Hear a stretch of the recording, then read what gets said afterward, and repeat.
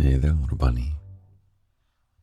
I hope you've been having a wonderful, wonderful week. And even if not, that's okay too, little bunny. Get over here. Come curl up. I love you so much to the moon, little bunny. Oh wow, astronauts are on their way to the moon right now. And to circle around it. And to see if my love goes beyond. And they will discover that my love for you goes beyond the moon. I could have told them that. I could have listened, but no, they said, I don't believe that your love, Daddy Lindy, goes beyond the moon for your little bunny. And I said, well, you go find out. And they said, okay, we will. And then here we are. You and I are hanging out with a nice coffee as the beverage today. We're having some nice coffee together. And you might be in bed, little bunny, falling asleep and putting your phone away like a good little bunny. Out of reach. I don't know if you have wired headphones or if you have wireless headphones or you just have the phone right there by your ear. Whatever it is, little bunny, there is no more phone time, is there? If you're falling asleep right now, there's just you and me. A nice, calm break. If you have trouble sleeping, little bunny, which I relate, especially when you're laying at night and you get mad at yourself for not being able to fall asleep. And the madder you get, the more awake you feel anyway. So you're so mad at yourself for not being able to fall asleep. What I like to do is just notice that I have a many hour break. You know, when you have a tough job or a tough sequence at work or any kind of tough thing you got to do, you can't wait for that 15-minute break. And wow, that's just such a savior to start that 15-minute break, isn't it? Well, staying in bed, why would you want to fall asleep?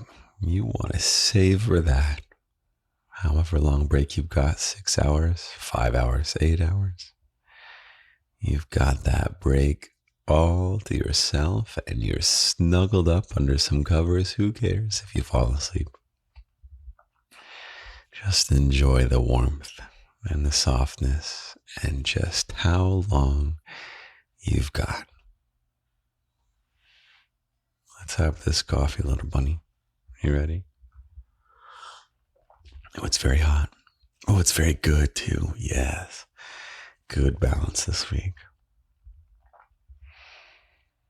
There was an audio that I made you last week that I didn't release because it wasn't good enough. But I'll give you a nice little, I'll sprinkle out some wisdoms. It was a full-on wisdom locked audio. It was an hour long of just nothing but wisdoms. Let me mute my computer. Someone is going bop. Let's close out of Discord. Hold on. Discord is the social center of the garden, which is part of the Patreon, which is 18 to 800 ages only. So one of the wisdoms, little bunny, one of the biggest wisdoms I could ever give you is to learn how to savor things. And you can savor anything. And in fact, when you're super advanced, you do savor everything. And you can start with the easy stuff, like a nice warm cup of coffee. What a luxury, little bunny. I don't care if that coffee costs 50 cents. That is a luxury item. So let's have some of the luxury drink right now. We all want to experience luxury to some degree, don't we? I'll give you a little financial tip, not as far as making money, but as far as making the money you spend go the farthest in terms of enjoyment. When you have money to spend on enjoyment, a little tip. Something that is luxurious and very expensive, and something that is luxurious and not expensive feel the same emotionally. So don't lust after that jewelry. You walk into the jewelry store that's really expensive and you perk up your posture and you pretend like you belong there and you say, let me see if any of these are worthy of my expensive bank account. And you go and you see the necklaces and the rings that are just way beyond anything that you would ever be able to afford. Do you ever do that, little bunny? And you're kind of undercover, right? And you're pretending. Oh, it's like, oh, of course I could buy everything in here if only it impresses me enough. So whatever that necklace is, little bunny, that costs $500,000, that's not going to give you 500 times the luxury of something that costs $1,000. And $1,000 is not going to give you 1,000 times the luxury of something that costs $1. It's all kind of emotionally the same. So if you can find your 50-cent coffee and your French press, which is what I've got right now, French press is maybe $30, 20 to 40. And you get to use those as many times as you want. It's very durable, although I have broken a French press at least once in my life before. It was actually my roommate's French press. So on one hand, it was free, and also I broke it. So I paid to get it renewed, whatever.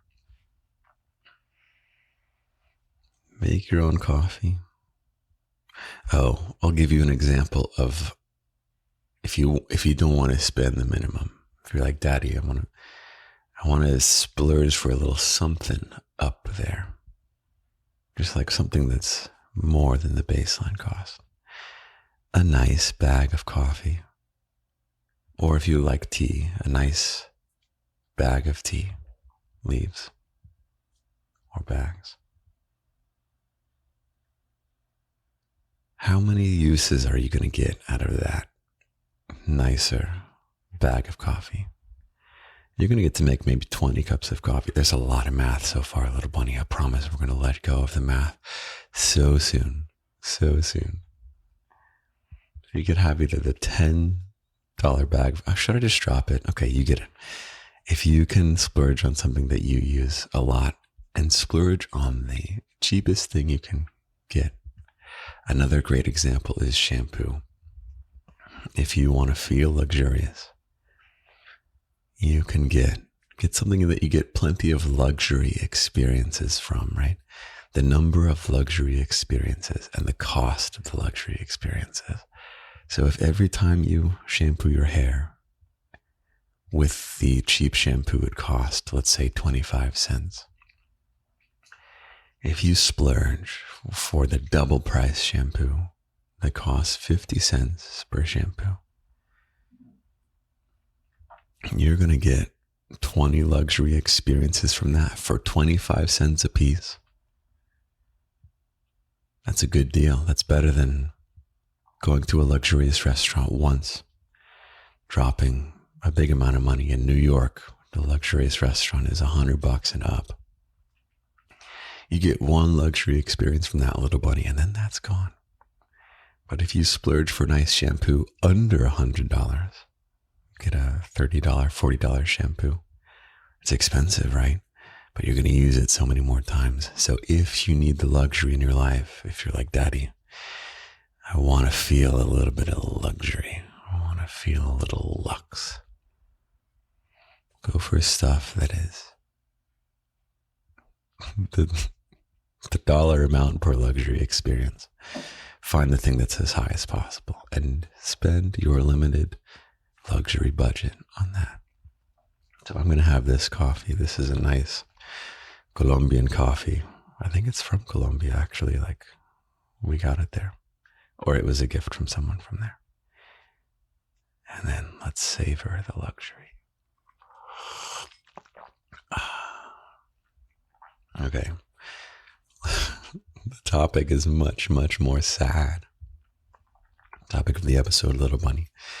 But it's one that has been requested many times. And I've thought a lot about it. And I've gotten more experience from it, helping other people through things. And I believe I have something useful to say about breakups. And specifically, when you are the one who has been broken up with. And potentially, when the relationship was very serious, so more than a year, maybe moved in together, maybe kids together, maybe marriage, maybe many, many years. I don't have the most experience with this, but I do have something useful to say, a few useful things that can maybe help you if you find yourself in these circumstances, or it can help you help someone else, little bunny. If you know someone, if you have a friend who goes through a big breakup, there's things that are more useful and things that are less useful. The very first thing to keep in mind, let's say it's you, little bunny, who's going through a breakup and you've been broken up with someone that you were deeply in love with and are still deeply in love with, and potentially have a lot of shared history with, shared friends, shared pets, even shared home, perhaps.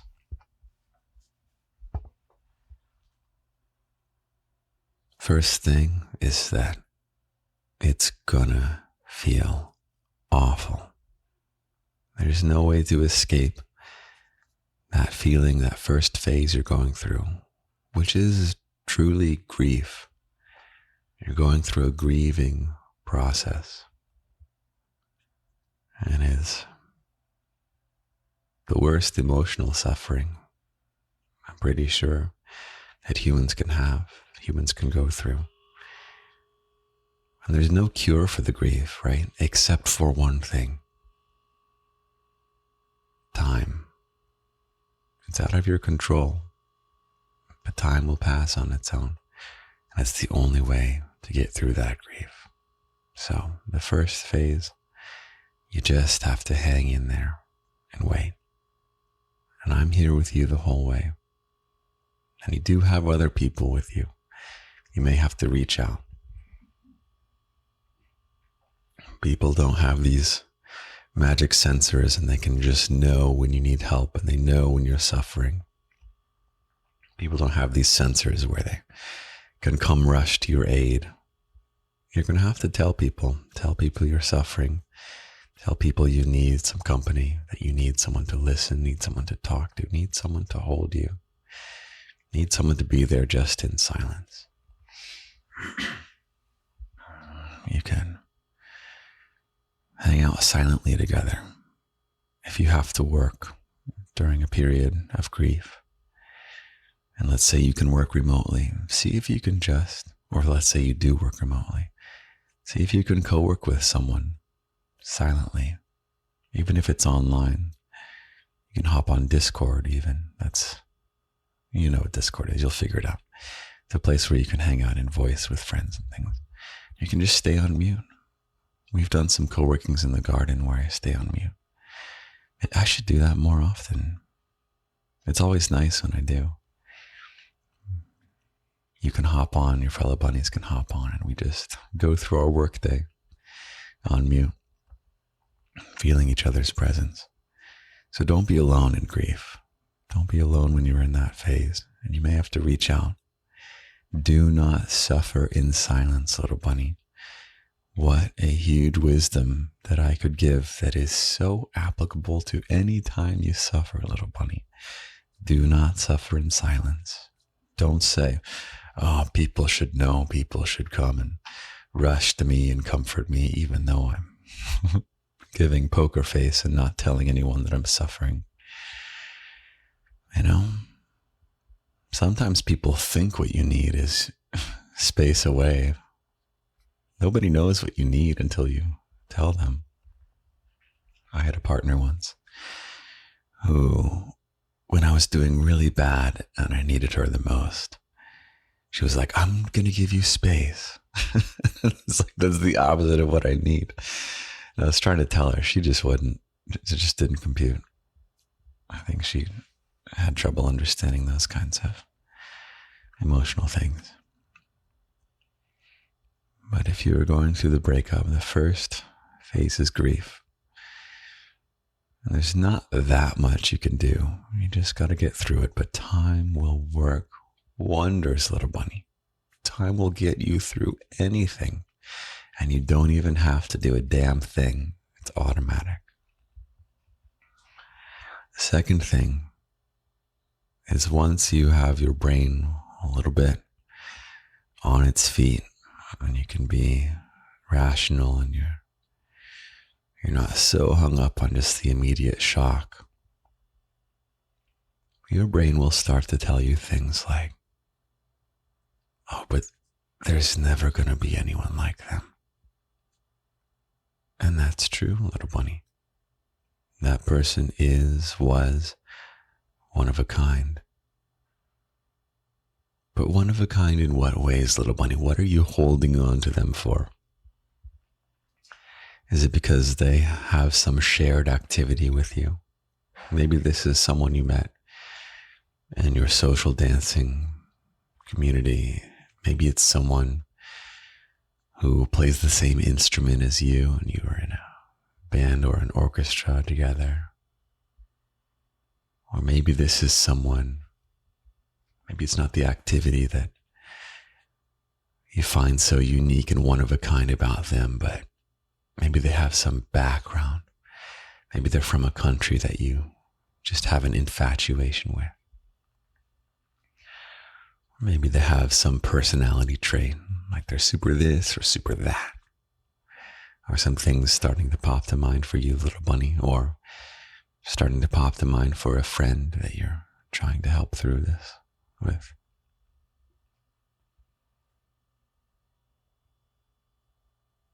It's true, little bunny, when you grab this trait and that trait and this trait, and your brain says, your brain says, even if I got over this person, where would I ever find someone else with all these incredible traits? And your brain is kind of right, but it's asking the wrong question. There's so many traits, little bunny. Oh, another one, by the way, is if they have some kind of life background that helps them understand your situation. So maybe they have some trauma that's similar to yours, or maybe they had a family member who struggles with addiction and they have this background, or maybe they grew up really poor. They have some sense of reference of understanding you better than the normal person. And you just dread being misunderstood by people without that background trait. Your brain is hanging on to all the traits that they have. But your brain is asking the wrong question, little bunny. It's drawing the wrong conclusions. There are so many possible traits, possible backgrounds, possible activities that someone can do that you find so appealing. Maybe you've always admired doctors, and this person you grew up with, person that you were in a relationship that you broke up with, let's say they were some other job that doesn't inherently attract you or interest you for whatever reason. They trade money with JP Morgan Chase or something, which if you do that, that's totally fine. That's admirable. I'm just picking some random thing, little bunny. You know who's coming up in your future. You're going to have many people coming up in your future for you to choose from that have all these different traits that person who's leaving your life did not have. And you don't realize right now how awesome those traits are. So there may be the profession, the activity. Maybe there's a rock climber and you didn't realize it right now. You don't realize it right now in this stage of grief. You may fucking love rock climbers. And you're going to meet a rock climber, little bunny. And your world is going to be rocked. You're going to say, wow, there's no one quite like this rock climber who's from your hometown, let's say. Let's say the person that you have to get over was from France or somewhere that you have an affinity with. And now you have the opposite trait, and it's someone who really gets where you came from, who grew up going to the same spots, maybe the same school, maybe it's someone from high school you reconnect with. Yeah, maybe you got hot or they got hot or you're both still hot. Or maybe you just never were in the same classes, but you caught each other's eyes every once in a while in the hallways. Or I had someone like that who we always had this electric eye contact because her last name was close to mine. And so in the standardized test days, you're grouped with people of your alphabetical last name. So the only time I really saw her was in standardized tests. We never had any classes together. Rarely saw each other going through classes, but there was just this electricity, little bunny, on standardized tests. So maybe you have someone like that and you're going to reconnect with them and you're going to say, oh my God, how lucky I am to find this unique rock climber who shares my hometown. And then maybe they have some background history. Let's say that you're in not great financial circumstances. Let's say this person is in much better circumstances.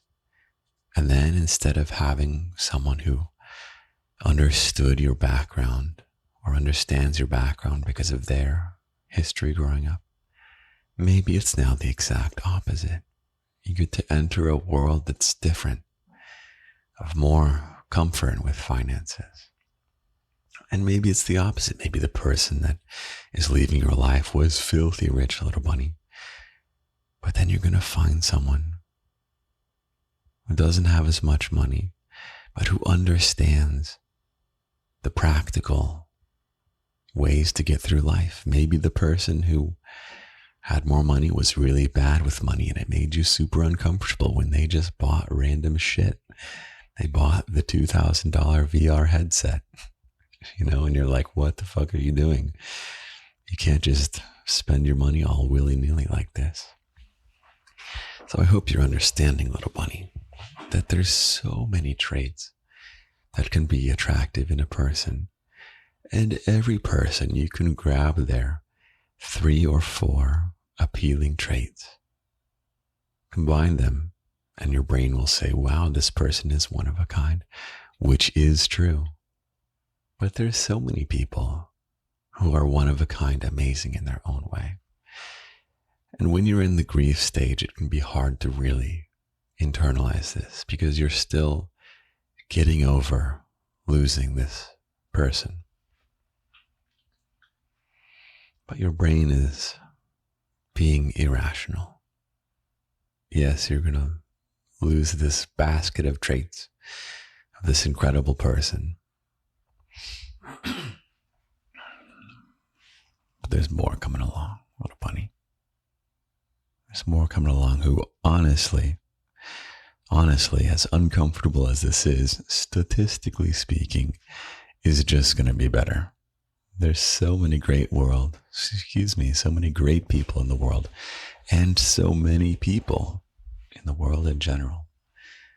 There's an abundance of people out there for you, no matter what age you are, little bunny.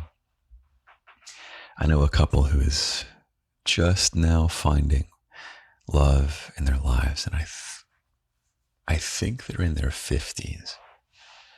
And for the first time, they had given up. They were like, each of them individually was like, oh, well, I guess love and long-term commitment, I guess that's for other people. And they had made peace with it. They were clearly in good spirits with life. And then they found each other through this shared activity. And now they're meeting each other's families. And I don't know if they're married yet, but that's surely coming. That's another thing your brain is going to tell you, is that you're going to be alone forever. Now that you've left, now that this person is leaving, your brain says, you're going to be alone forever. We're going to be alone forever. It's just not true, little bunny. It's just not true. It's true you may have to go out and meet people, and that can suck. And that's not always a fun process. We romanticize being single and out there, which is nice. But you also have to go through that phase of things not working out. You meet people, you introduce yourself, you'll have a connection, and then it'll just fizzle, right? Or you'll go out intending to meet people and you spend all this time getting ready. You go out and you come home and it's like, why did you even go out in the first place? Nothing happened. Yeah, it's part of the process, little bunny. But it's worth it in the end if you're looking for someone long-term, if you're in that phase of your life, which you might not be in that phase yet. You have plenty of time. You have plenty of time. If you're on the younger side, little bunny, do you catch yourself thinking it's too late? You're in your early 20s and you think everything is too late. I've missed the boat on my career and my love life and all these things. Oh, so foolish, little bunny. So foolish. You're doing a lot better than your brain will love to try and convince you. Your brain can be a jerk, right? And it's often quite wrong. Worries, worries, worries, worries, worries.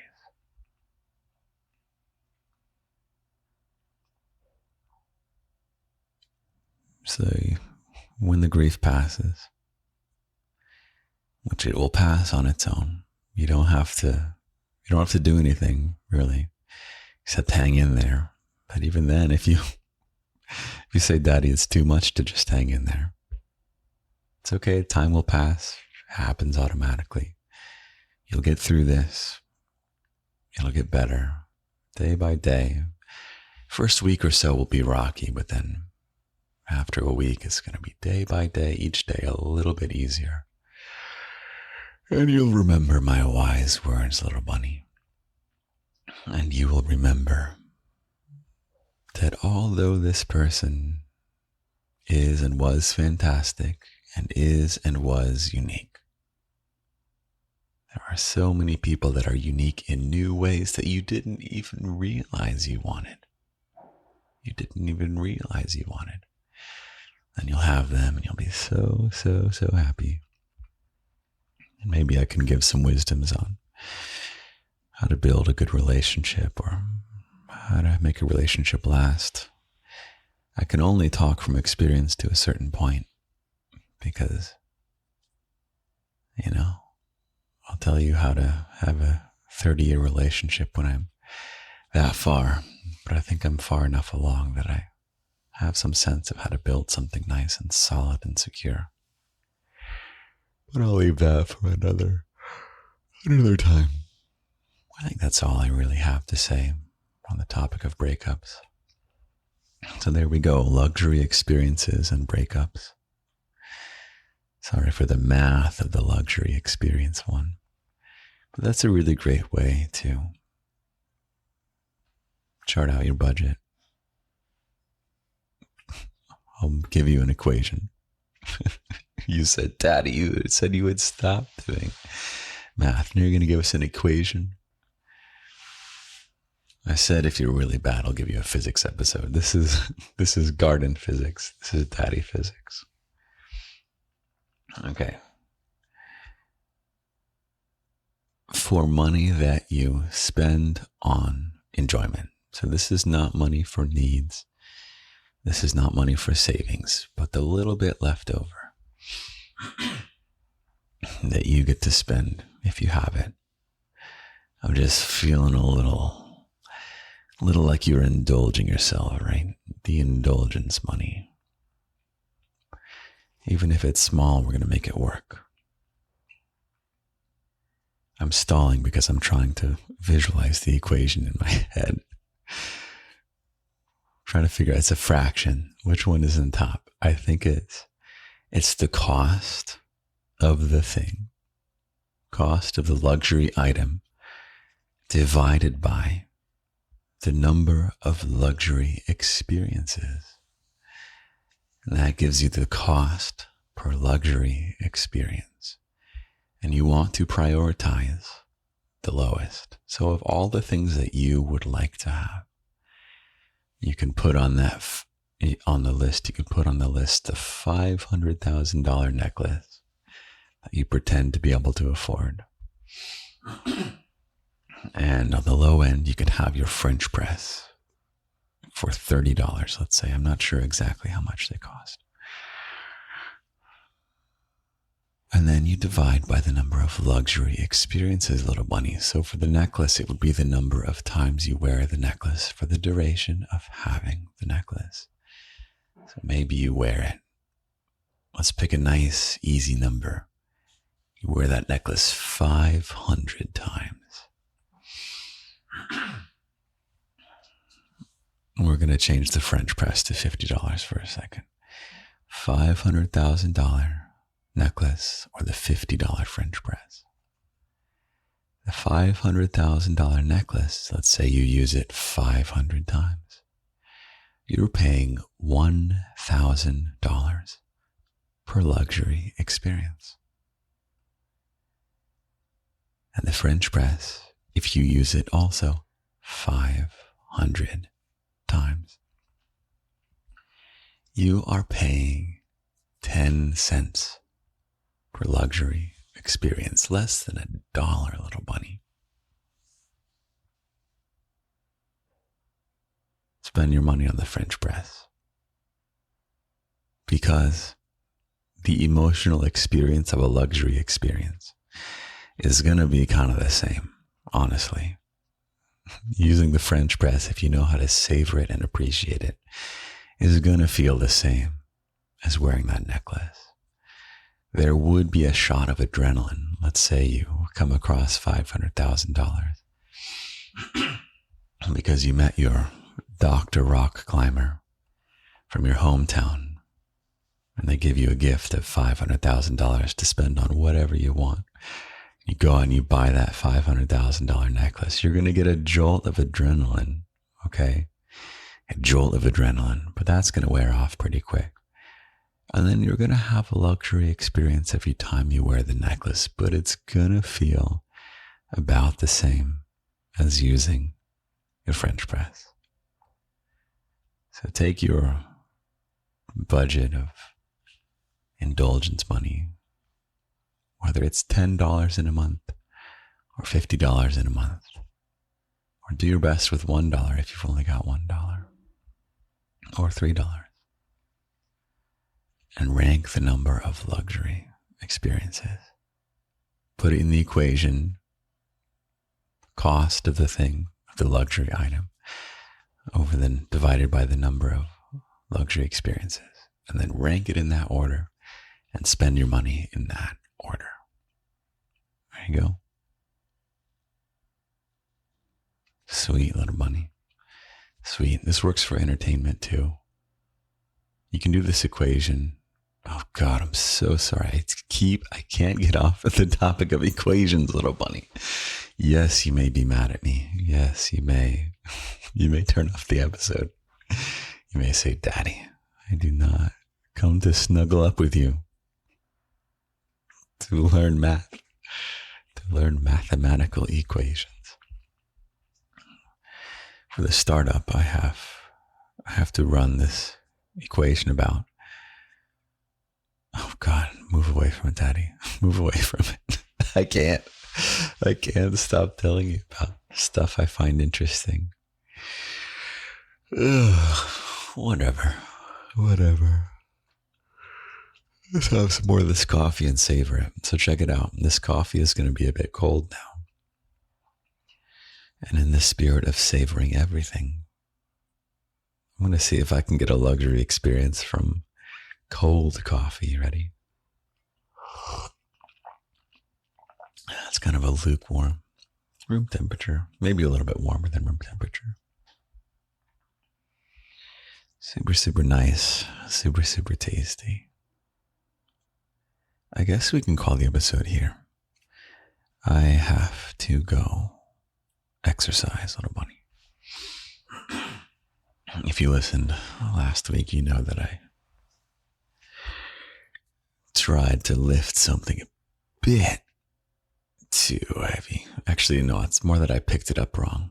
I was picking up something heavy to do one exercise, and I picked it up with like this back bend. I don't know what I did. Anyway, I was out of commission for a week, but now I'm back at it. So I can be a super strong daddy for you. Throw you around. Oh, that's going to be the locked audio this week. It's going to be spicy. I have the script written, and I'm going to record it very soon. Okay? I love you, little bunny. I'm going to get to working out. You are going to be my inspiration for working out hard and for not injuring myself. For both at the same time. You are going to be my inspiration for working out hard and not injuring myself. And then next you'll hear from me. Will be in just a moment. It will be tomorrow for me, and I will read you a poem that I write just for you. Take care, little bunny. I'll talk to you in just a moment.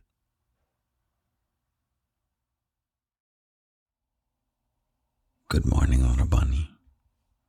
I slept very well. Thank you for asking. I've got you a little poem just for you. And then I will send you on your way to have an amazing week of good times, of progressively better times, of healing day by day, of all the things that you'll now have because we've spent this time together. Lucky you, lucky me, little bunny. Here's your poem. Grief, the lowest low, and so crushing to endure. It keeps you twisting and squirming and begging for a cure. But just hang in there, just wait. Day by day it will abate. Just do your best. You're not alone. Let time heal it on its own. Have a great, great week, little bunny. I think of you all the time. I'm always here. You've always got me. I love you. I love you.